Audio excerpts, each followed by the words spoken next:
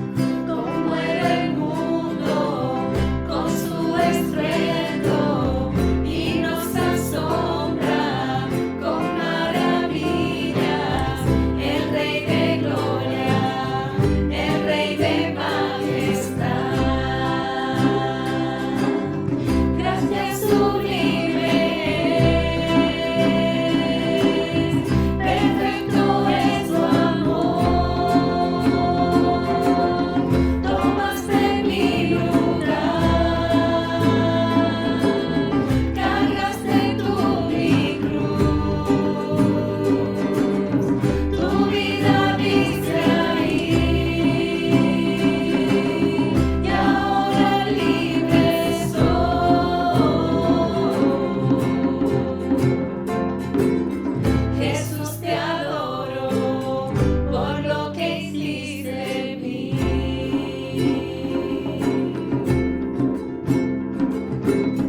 Pusiste en orden todo el caos, nos adoptaste como tus hijos, el Rey de gloria, el Rey de majestad.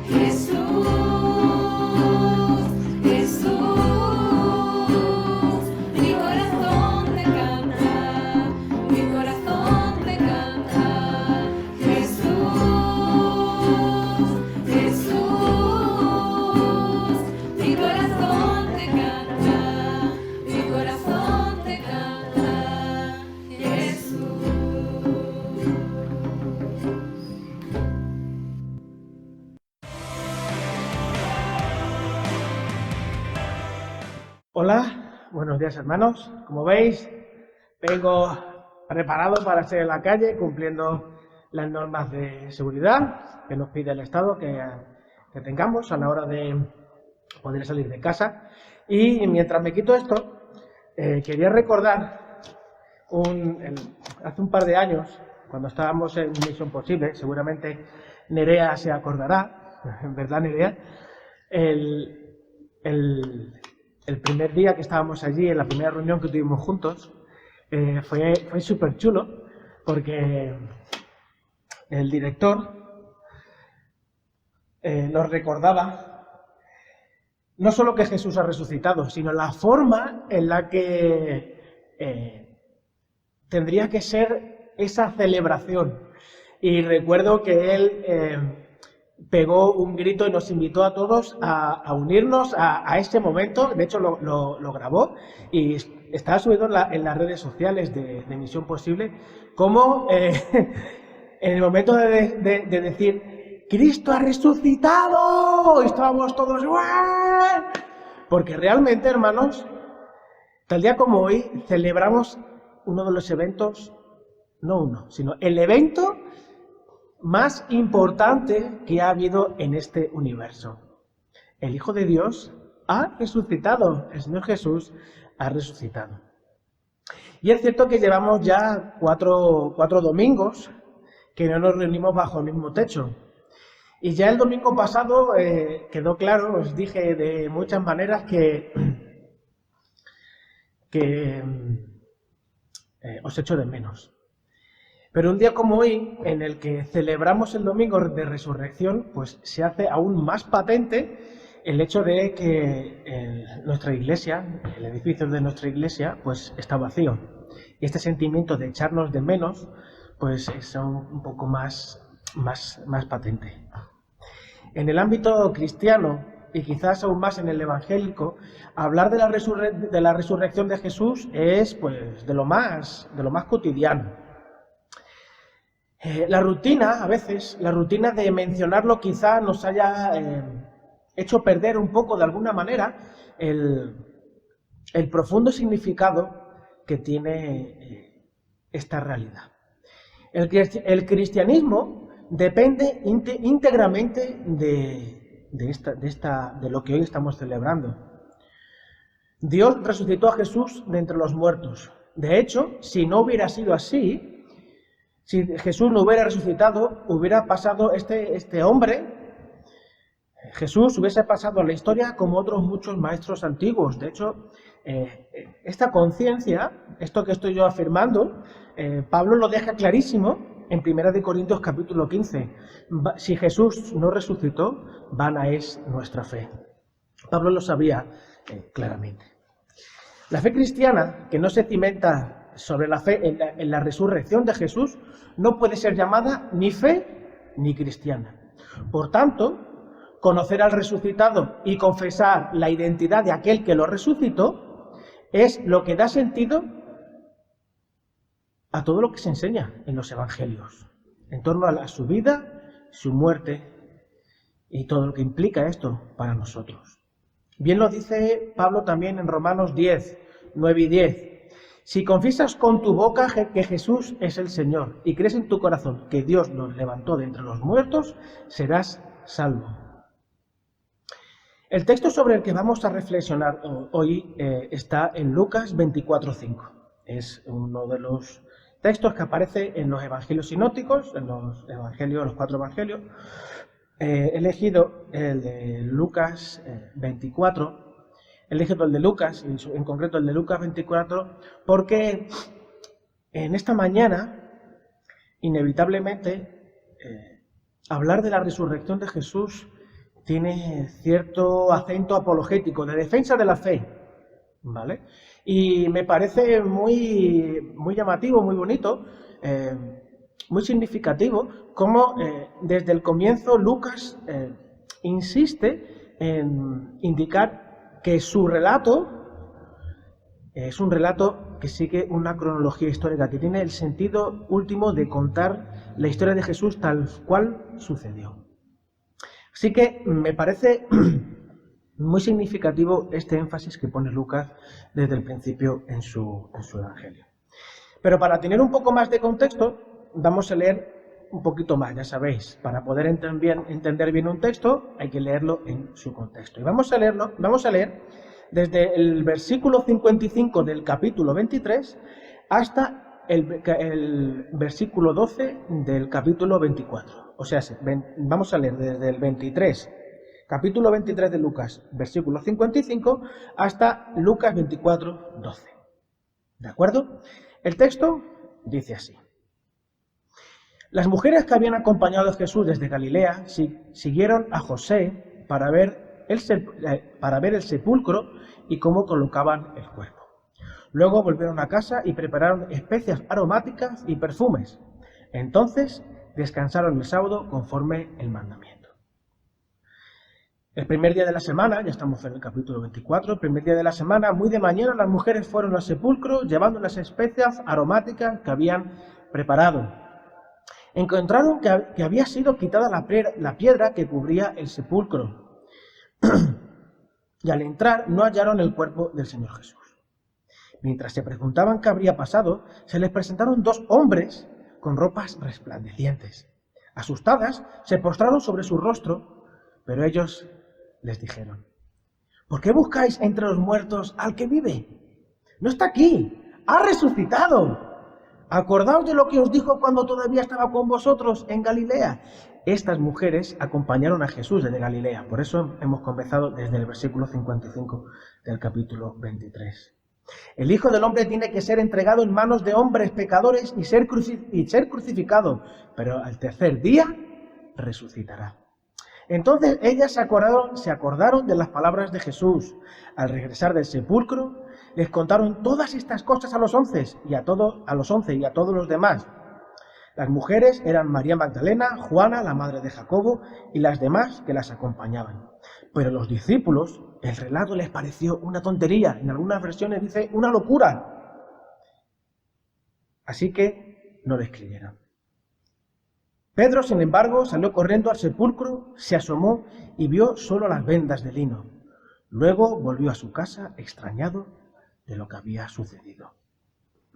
Lucas 24 relata la resurrección de Jesús, el encuentro de Jesús con las mujeres, que son las primeras discípulas en ser encomendadas a anunciar el mensaje incomparable y lleno de esperanza de la resurrección.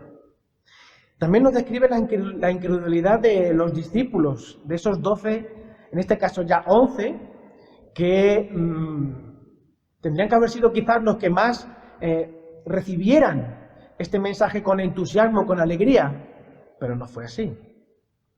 La incredulidad de los discípulos fue motivada por diferentes aspectos que algunos de ellos vamos a ver esta mañana. Tras este hecho se describe cómo Jesús sale al encuentro de los discípulos que huyen camino a Emaús, versículos del 13 al 35, texto que no hemos leído, pero que veremos algunos textos también. Y como posteriormente se reúne con los 11, en los versículos 36 al 49, y del 49 al final, la encomienda de ir por todo el mundo y predicar el Evangelio. En estos momentos en los que la muerte se ha hecho noticia, mostrando no solo la muerte de aquellos pobrecitos, ¿no?, como algunas veces se piensa, ¿no?, aquellos pobrecitos que están en otros lugares del mundo, que casi pasan inadvertidos, sino que ha puesto a todo Occidente en jaque. Este relato es como mínimo escandaloso. Como os decía al principio, la resurrección de Jesús es un desafío viral. Aún más si cabe en estos tiempos en que todos estamos siendo zarandeados, todos. Da igual tu confesión, da igual tu residencia, da igual tu nivel económico, todos. Ante la pregunta de si es cierto que Jesús resucitó y el cómo eso fue posible a través de un método científico, es como poco difícil. Es más realista afirmar que es imposible descubrir a través de este método la veracidad o no de esta realidad. No hay datos suficientes para, de alguna manera, recrear la resurrección de Jesús en un laboratorio. Lo más cercano a esto es la resucitación, aquello que los médicos hemos visto Muchas veces las películas, y en la actualidad sucede en más de una ocasión en los hospitales, cuando una persona pues ha dejado de respirar, o el corazón ha dejado de latir, y de repente traen una máquina y le hacen un choque eléctrico para que, de alguna manera, ese cuerpo entre en un proceso de resucitación. ¿De acuerdo? Entonces, la conclusión última ¿es un mito la resurrección de Jesús? ¿Es una invención? ¿Es una creación de la comunidad que intentó, de alguna manera, divinizar a aquel carpintero muerto en la cruz? ¿O solo nos queda el acercamiento a la resurrección desde un ángulo meramente experiencial? La resurrección es verdad porque lo siento en mi interior. Eso muchas veces lo decimos nosotros. Esto es verdad porque lo sentimos. Esta es la única manera de poder acercarnos a la realidad de la resurrección de Jesús. Si es cierta o no la resurrección de Jesús. ¿O es que en la actualidad tenemos herramientas para acercarnos lo más posible a aquel momento que se relata en los evangelios? Cuando nos acercamos a la resurrección desde un punto de vista histórico-crítico, se hace más evidente, si cabe, la necesidad que tiene nuestra fe de comprender, de razonar, de analizar, y de cómo nuestra razón necesita, en un determinado momento, la dimensión de la fe para comprender en su amplitud todo el mensaje de Dios. Desde un punto de vista histórico, el texto sobre el que nos vamos a centrar nuestra reflexión hoy es el de Lucas 24, versículo 5, que dice así: Asustadas, estas mujeres que acompañaron a Jesús, a José de Arimatea desde Galilea, para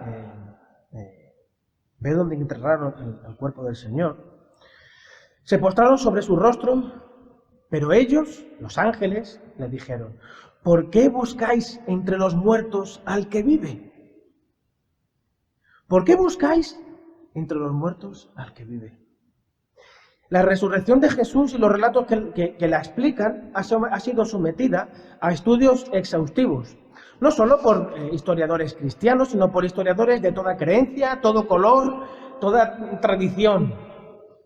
En la actualidad, ningún estudio serio de la vida de Jesús, ningún estudioso serio, ningún historiador serio, duda de la existencia de Jesús como personaje histórico. Jesús de Nazaret existió.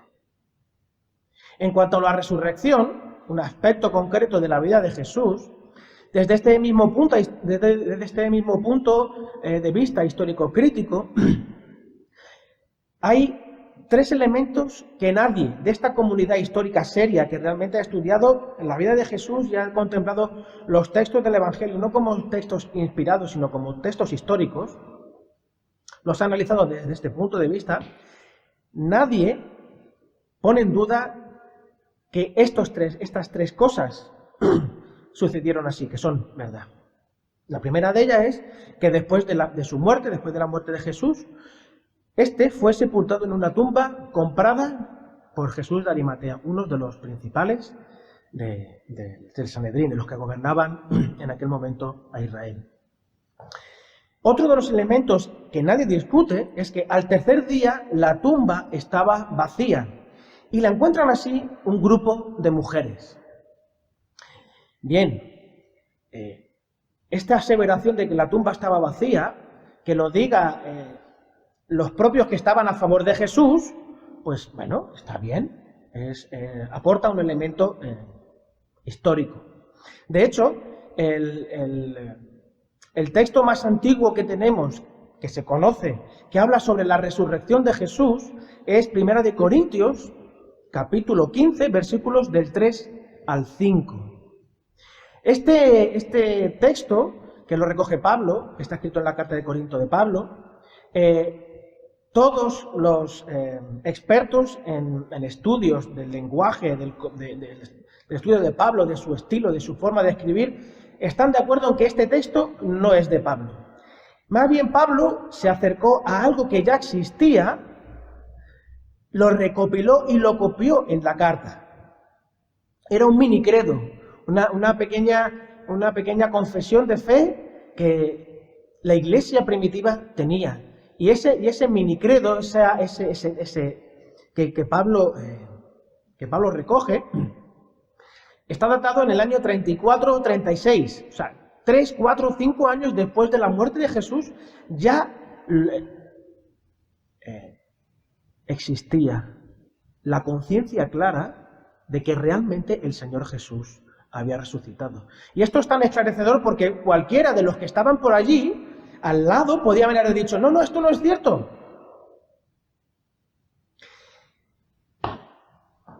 También tenemos el relato de los enemigos de Jesús, que los propios enemigos de Jesús decían que habían robado el cuerpo.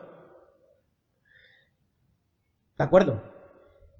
Bajo este criterio no podemos determinar que Jesús ha resucitado, pero sí se puede determinar que la tumba estaba vacía. Tanto los que están a favor como los enemigos concuerdan en el mismo hecho. La tumba estaba vacía. Y la encuentran así unas mujeres. Esto es también un elemento que aumenta el hecho de la credibilidad de aquello que sucedió desde el punto de vista histórico. Porque en historia hay un criterio para analizar los textos, para averiguar, una de las herramientas para averiguar si un texto es cierto o no, hay un elemento que se llama el criterio de vergüenza. Y este criterio de vergüenza afirma que si en un texto fundacional, como es en este caso, se recogen hechos que más que aportar elementos positivos, elementos que aumenten la dignificación y la posición de las personas que participan de ese hecho, en lugar de haber eso, sino ahí está justamente lo contrario, que son hechos que por el significado vergonzoso que tiene, no deberían de estar ahí. Por el hecho que estén, asevera, da un paso más en la verdad de que esa realidad fue así. El testimonio femenino era algo despreciable en aquella sociedad machista, con claros énfasis en la supremacía del hombre. La mujer era despreciada por el simple hecho de serlo. Y esto se refleja en la forma de recibir el mensaje, cómo los discípulos recibieron el mensaje. Es una locura, es una tontería, es una sarta de disparates. En cualquiera de las versiones que podamos consultar sobre ese texto, vemos estas acepciones de la palabra en griego. Algunas enfatizan un poco más su estado emocional y otras un poco más el sentido de desprecio por el hecho de dónde viene el mensaje, por las transmisoras del mensaje. El tercer elemento que toda la comunidad histórica está de acuerdo es que los discípulos creyeron que Jesús había resucitado de los muertos, aunque su predisposición estaba en contra de hecho. Estaba en contra de esto. De hecho, esa declaración desde el punto de vista económico, los discípulos decir abiertamente, ¡Jesús ha resucitado! Hacer esa declaración desde cualquier punto de vista económico, desde el trabajo, desde la sociedad, desde la religión en aquel momento, no aportaba nada bueno ni nada positivo. Al contrario, les ponía en peligro de muerte. ¿Qué ocurrió aquel domingo? ¿Qué ocurrió? ¿Qué explicación más razonable se encuentra para darle sentido a todo esto? En el siglo I no había ninguna expectativa. Nadie esperaba que el Mesías tuviese que morir. Y menos como murió, como hereje, como un maldito, como un delincuente. Las creencias con respecto a la resurrección se reducían al final de los tiempos, al momento escatológico, cuando Dios intervenga en la historia de forma definitiva. Ahí sí que se resucitarán. Entonces, nadie esperaba que Jesús resucitara. Era inevitable que nadie esperase que Jesús resucitara. Cuando uno investiga en libros, en historiadores, en comentaristas, incluso en internet, las discusiones, porque veréis, o si alguna vez os habéis puesto, veréis que muchas de las discusiones no están sobre los hechos históricos, sobre si esto sucedió o no. Sí, esto sucedió. La discusión está sobre el significado de esos hechos históricos, sobre sus implicaciones para la humanidad. Emmanuel Carré, un guionista y escritor francés ateo, en uno de sus libros más honestos, en los que explica su paso de ser católico al ateísmo, de la fe al ateísmo, titulado El Reino, dice algo que en boca de un ateo pues es como mínimo revelador. Cualquiera que diga, dice este hombre, cualquiera que diga que la tumba no estaba vacía es idiota. Jesús fue un personaje histórico. La gente creía que tenía poderes sanadores. No está diciendo que los tuviese, sino que lo que está diciendo es que como hecho histórico, la gente creía que Jesús tenía poderes sanadores, que fue crucificado y que al tercer día la tumba estaba vacía. Que la razón sea que ha resucitado no lo quiero creer, porque si no yo tengo muchas cosas que cambiar en mi vida. Por tanto, dice Emmanuel Carré, necesito buscar alternativas. Es revelador esto, ¿no? Cómo la resurrección provoca, nos desafía, es un reto viral, ¿verdad? Como diríamos hoy en día, en medio de en esta situación de redes sociales, un desafío viral. Porque es que se han barajado alternativas como ya recoge la palabra, que robaron el cuerpo. Hay otros que han dicho que en realidad no murió. Los romanos, que eran unos expertos en matar, sabían perfectamente cómo tenían que hacerle daño a la gente para dejarla totalmente muerta, pues se equivocaron. En ese caso fallaron. Entonces Jesús, de alguna manera, sufrió una resucitación que no es lo mismo que resurrección, y se fue al Tíbet y allí tuvo hijos, etcétera, etcétera. De lo que no cabe duda es que la resurrección de Jesús es una invitación, una provocación, un desafío constante al ser humano a decidir si quiere tener un encuentro con el Jesús del Evangelio, este Jesús vivo por la intervención de Dios que derrocha compasión y misericordia por el ser humano, o el Jesucristo muerto, necesitado de su madre, que desde los pasos de Semana Santa clama por liberación y compasión. La primera de las provocaciones es buscar entre los muertos al que vive. La pregunta que los ángeles les hacen a estas mujeres en Lucas 24:5 es una pregunta que ha trascendido las generaciones en todos los tiempos. ¿Por qué buscáis entre los muertos al que vive? Aquellas mujeres se acercaron al sepulcro del Señor con un profundo sentimiento de pena, de tristeza, de amor hacia el Señor. Parece que de alguna manera la pregunta que le hace estos ángeles a estas mujeres se podía ver también desde este ángulo. ¿Qué hacéis aquí intentando dignificar un muerto mediante unas normas culturales de sepultura? Estas discípulas del Señor amaban al Señor y se sentían empujadas a mostrar su respeto, su cariño, su dolor al Señor. De alguna manera. Fueron a buscarle por motivos emocionales y culturales.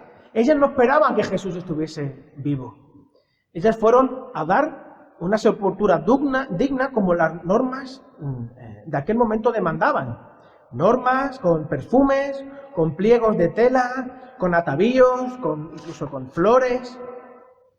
Pero es maravilloso observar que el Señor Jesús resucitado, que el Jesús resucitado desmonta todo aquello para mostrarles mucho más.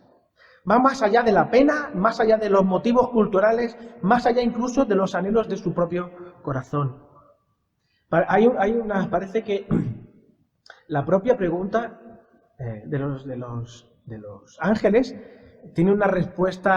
podría tener una respuesta semejante a esta. No hace falta que busquéis al Señor. Él no necesita nada de vosotras. Parece indicarle estos ángeles.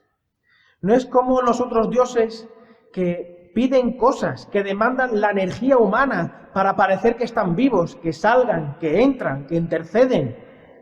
Recibid este mensaje de esperanza y llevadlo a vuestros compañeros, a los discípulos, para que ellos la reciban, que Jesús ha resucitado. En aquella sociedad machista, la resurrección de Jesús tuvo un impacto tan grande, tan revolucionario, que unos años más tarde llevó a Pablo de Tarso a decir que en Cristo no hay privilegios por ser de una cultura o de otra, por ser de un país o de otro, por tener un estatus social u otro, por ser de un sexo o de otro. No hay distinción en Cristo. Dios no hace acepción de personas. La igualdad, la libertad y la identidad que el ser humano anhela encuentran su respuesta en la resurrección de Jesús. La segunda provocación que podemos encontrar es huir del resucitado y esconderse en el dolor y la confusión. El otro acercamiento a la provocación del resucitado es la huida. Huir de las preguntas, huir de las consecuencias, huir de la angustia que genera la necesidad de encontrar sentido en esta vida carente de sentido. A estas personas solo les queda el sentido narcótico de la vida. Comamos y bebamos, que mañana moriremos. Y yo espero que en algún momento alguien se acuerde de mí en el día de mi muerte y me recuerde. En el relato de Lucas 24 encontramos a 2 discípulos que dejan Jerusalén y la comunidad de seguidores de Jesús para volver a sus casas en Emaús o quizás cerca de allí. La libertad con la que Dios nos ha dotado para decidir sobre estas verdades no solo condiciona nuestra vida, también la define. El concepto de Mesías presente en la mente de sus discípulos no distaba mucho del sentir reinante en aquella época. Es cierto que ellos habían tenido un contacto más cercano, más íntimo, habían tenido el privilegio de escuchar a Jesús. Es cierto que habían podido ver a Jesús hacer esos milagros tan impresionantes. Incluso ellos, cuando el Señor los comisionó a ir y predicar el Evangelio, ellos volvieron diciendo cosas tales como hasta los espíritus se nos sujetaban. Ellos mismos habían podido realizar aquellos milagros que el propio Señor había hecho. Sin embargo, como hemos visto en distintas partes de la Biblia, en distintos libros del Nuevo Testamento, incluso en el Antiguo, como Corinto, como Gálatas, el medio mediatiza. El confesar como Señor a Jesús de Nazaret y el confesar la obra de Dios que le resucitó de los muertos son 2 confesiones que se encuentran indisolublemente unidas.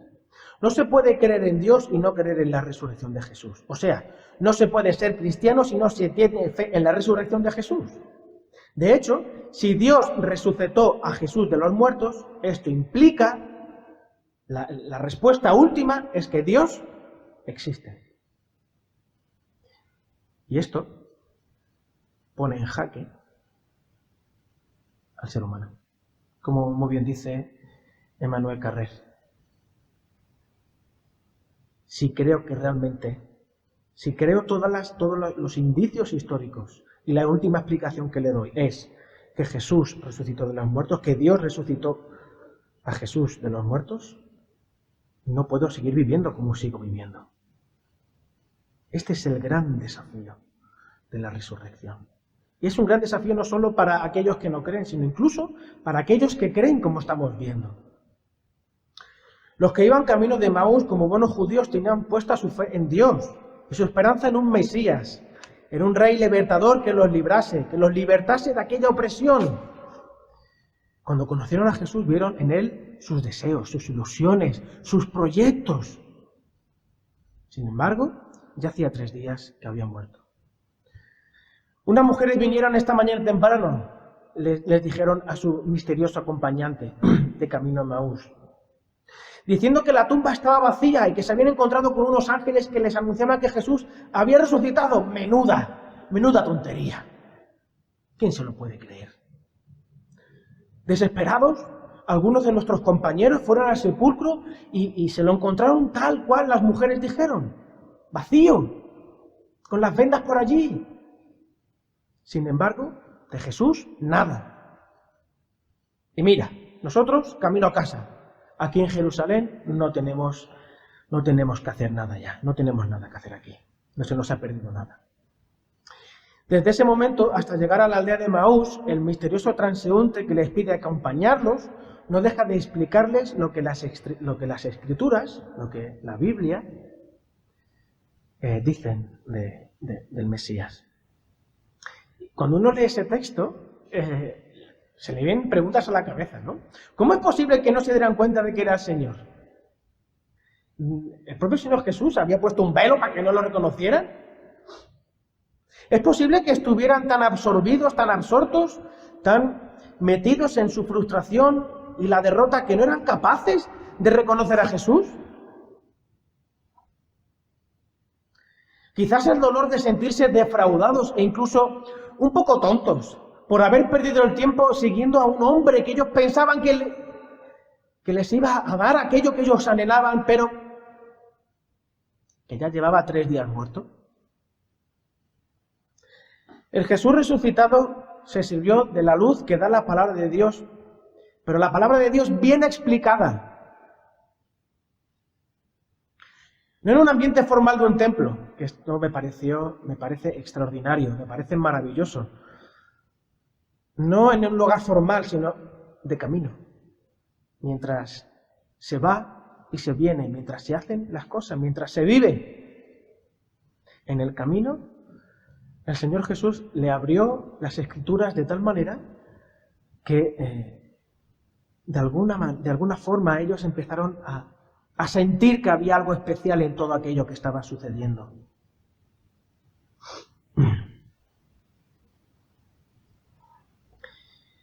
Aquello que sucedió en el camino, de alguna manera se completó con el recuerdo de una sencilla experiencia, de un acto cotidiano de todos los días que fue romper el pan y dar gracias por aquella comida. Ese acto cotidiano unido a la apertura de la palabra en el medio más normal fue lo que les condujo a unos discípulos que estaban cegados por todo lo que habían pasado, por unas expectativas rotas, por unas esperanzas tiradas a la basura, para reencontrarse otra vez con el Señor. A lo mejor era necesario que todas esas expectativas, ideas y formas de entender a Jesús, pues realmente fuesen tiradas a la basura, para reencontrarse con un Jesús más profundo, más amplio, que realmente abre los brazos a todo aquel que le busca. Este relato de la resurrección con los de Maús nos muestra que la resurrección responde a los anhelos más profundos del ser humano de libertad, de dignidad, de valor.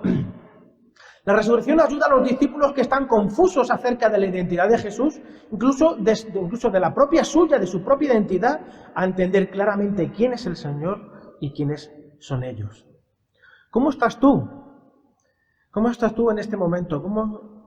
Incluso antes de llegar a este momento, ¿cómo estás? ¿Eres uno de esos que están en huida hacia adelante, queriendo dejar atrás el dolor, la incomprensión, la frustración, las expectativas no cumplidas? Permite al Jesús resucitado acercarse a tu camino, para que cuando llegue puedas disfrutar de su compañía, puedas preguntarle tus dudas, puedas abrirte a Él. Y cuando te abran los ojos a través de sus muestras cotidianas de amor, puedas volver a Jerusalén, a la comunidad que te espera. Pero ¿cómo estaba esta comunidad? Pues la comunidad ¿estaba preparada?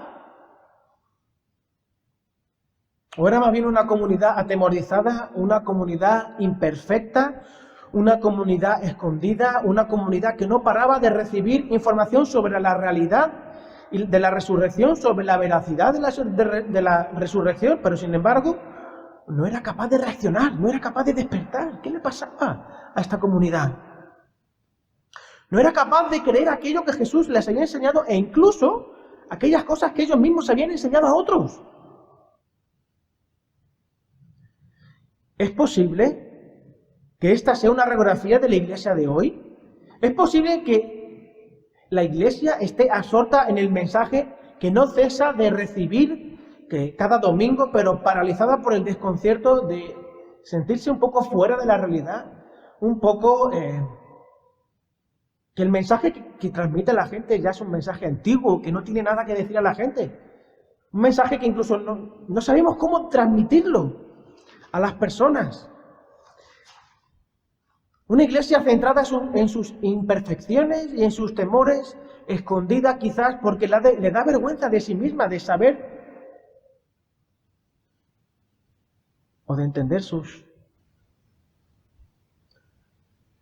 propias limitaciones.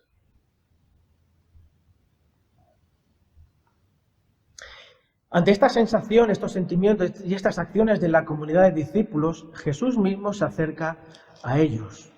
Observad la conversación, versículos 38 y 39. Dice el Señor, ¿por qué os asustáis tanto? ¿Por qué estáis tan asustados? ¿Por qué dudáis?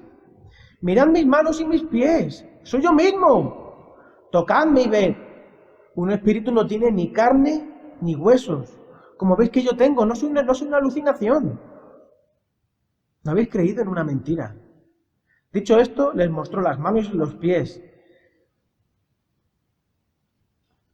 Es llamativo observar que los elementos identificables del Jesús resucitado no son los mantos de oro, ni las coronas brillantes, ni toda la parafernalia que a veces, no solo la Iglesia católica, sino incluso la propia Iglesia evangélica, a veces adorna todo su culto de una enorme parafernalia, sin necesidad. Eso no son las señales que identifican a la comunidad de seguidores de Jesús. El Jesús resucitado, lo que hizo el Señor Jesús fue mostrar los signos del sufrimiento provocado por la misión que había venido a realizar, por el llamamiento, por el servicio, por la entrega, por el amor, que el sábado Eli nos estaba ilustrando sobre el amor.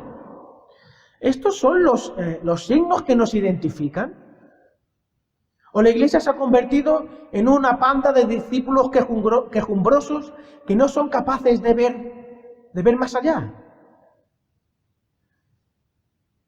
A pesar de que Jesús estaba presente, estaba delante de ellos, que lo habían tocado, ellos aún no estaban convencidos. Necesitaron ver a Jesús como Él. Una vez más, es a través del gesto tan cotidiano como es el comer y posteriormente la exposición de la palabra bien hecha, los discípulos despertaron, aquella comunidad despertó y se dio cuenta realmente quién era ese Señor, quién era esa persona que estaba ahí frente a ellos, que era el propio Señor Jesús resucitado, que Dios había resucitado a Jesús de los muertos. Hermanos, no cabe la menor duda que lo que hoy celebramos es el hecho más importante y magnífico que Dios ha dado al universo, la resurrección de Jesús. La resurrección completa el mensaje de esperanza dado a María. Empezó con una mujer y termina con unas mujeres entregando ese mensaje a los discípulos. Emmanuel, Dios con nosotros, no fue una imaginación, no fue la proyección de un deseo, no fue una alucinación, es una verdad que transformó a un grupo de atemorizados seguidores de Jesús en personas valientes tan solo unos días después de la muerte de su maestro. No cabe duda que la resurrección es un desafío viral. ¿Qué esperas que Jesús haga? Esa es la pregunta. ¿Cuánto conocían los discípulos al Padre? ¿Qué esperas tú? ¿Cuánto lo conoces tú? ¿Qué esperas tú de Dios? Incluso aunque no esperes nada, pero de alguna manera en tu interior hay un hambre y sed de justicia. No te permitas caer en el cinismo y en la desesperanza. Deja que el resucitado salga a tu encuentro y te abra los ojos, para que la luz de Cristo te devuelva la dignidad que el pecado te ha robado, te devuelva la esperanza. El mensaje de la resurrección es un mensaje de esperanza en medio de este mundo, en el que o casi en el cinismo o casi en el suicidio. La resurrección de Jesús es la respuesta a todo ser humano, sea creyente o no. Y es un reto. Por eso, en esta mañana, ya sé que me he hecho más largo que en otras ocasiones, pero era inevitable profundizar en este mensaje de la resurrección porque es algo que no tiene comparación. El Señor Jesús ha resucitado. Dios resucitó a Jesús de los muertos. Y es posible que en estos momentos podamos quizás de alguna manera percibir que el cristianismo en Europa, en Occidente, es un cristianismo que está en decadencia. Incluso algunos piensan que el cristianismo en Europa ya está muerto. La Iglesia en Europa está muerta. Sin embargo, esta sociedad, este mundo, aún no ha experimentado una iglesia resucitada, una iglesia que haya vuelto una vez más sus ojos y su corazón a este Cristo resucitado para resucitar con Él y mostrar a este mundo el poder de la resurrección de una manera espectacular. Por eso, en este domingo de resurrección, en estos momentos en los que el mundo se cae, parece que se cae, la resurrección de Jesús desafía a la Iglesia a volver a ser aquel cuerpo que transformó una sociedad en tan solo 3 siglos, sin redes sociales. Solamente a través de un testimonio, de mostrar las imágenes del Cristo resucitado, de compasión, de misericordia, de sufrimiento, de llorar con el que llora y de reír con el que ríe, de amarnos los unos a los otros, a pesar de todo, porque nadie es perfecto. Sin embargo, en el Señor Jesús tenemos el refugio para encontrar ese lugar de consuelo, ese amigo siempre entrañable, ese abrazo que solamente el Jesús resucitado nos puede entregar. Que el Señor os bendiga y espero que esta palabra os sea de bendición. ¡Cristo vive! ¡Cristo vive!